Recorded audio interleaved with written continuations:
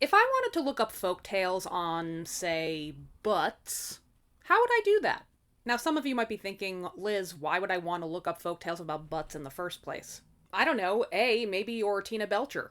B, maybe you're a librarian named Liz who tells funny, dark, and twisted folktales for a series called Fucked Up Fairy Tales with Liz. That's me. I'm B. B for butts. Fucked Up Fairy Tales with Liz. Ding! Now, whatever your reasons I'm sure not going to judge you for, it may be helpful to have access to this.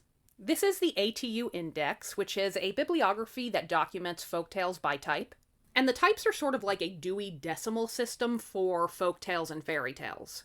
Each type of folktale gets its own number. For example, tales that are the variants of Little Red Riding Hood all have the number 333. So in my search for butts and fairy tales, I'm going to start with the index and look up that word. Actually, this book is from Brown University, so we're going to use a more academic search term, anus. And as you can see, anus redirects me to several folk tales that each have their own number.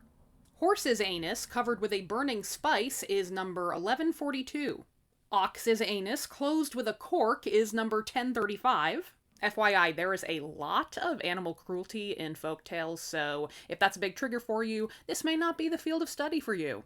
And the last tale mentioned in this entry is Speaking Anus, number 1391. I don't know about you, but that's the one I want more info on. So now we pick up one of the main volumes, which is organized by the tale type number. I go to 1391, and I already know I'm gonna have a good time with this fairy tale, because the name of this tale type is Every Hole to Tell the Truth.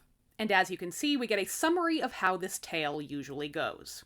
A man helps a beggar, or sometimes a soldier, and in return receives a stick that gives any hole the ability to speak the truth. So the man decides to use this stick to prove the chastity of any woman he wants to marry.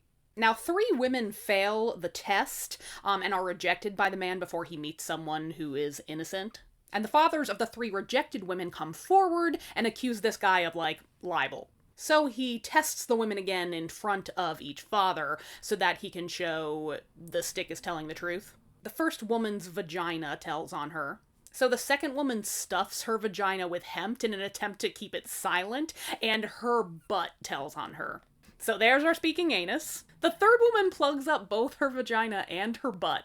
She's really trying to keep her secrets, but unfortunately her ear tells on her. After the summary, the entry shows us a list of sources to read various versions of this folktale. And alas, without access to a really good academic library, this is often where my search comes to an end, because these tales, especially obscure ones like this, are hard to find. And I could just tell you the tales based on these summaries like I just did, but the literary versions listed could be really useful and fun because they'll have their own little idiosyncrasies. For example, maybe one of them would answer a question like, why does this guy just go straight for the vagina with the stick when the ear was satisfactory to begin with? Does it just work for body holes, or could literally any hole speak?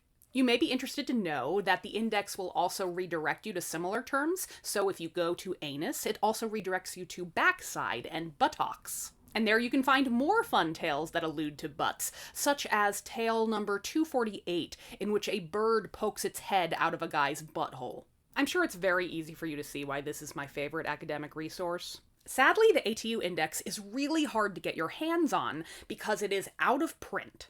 Though the publisher did tell me recently that the out-of-print edition, the 3rd edition, is going to soon be available via open access, and that they're working on a 4th edition for print. Fingers crossed that the 4th edition will be even more inclusive than the 3rd one. So for now, I can only borrow it occasionally through interlibrary loan. But before I relinquish it back to Brown, what other search terms should we use to find some fairy tales?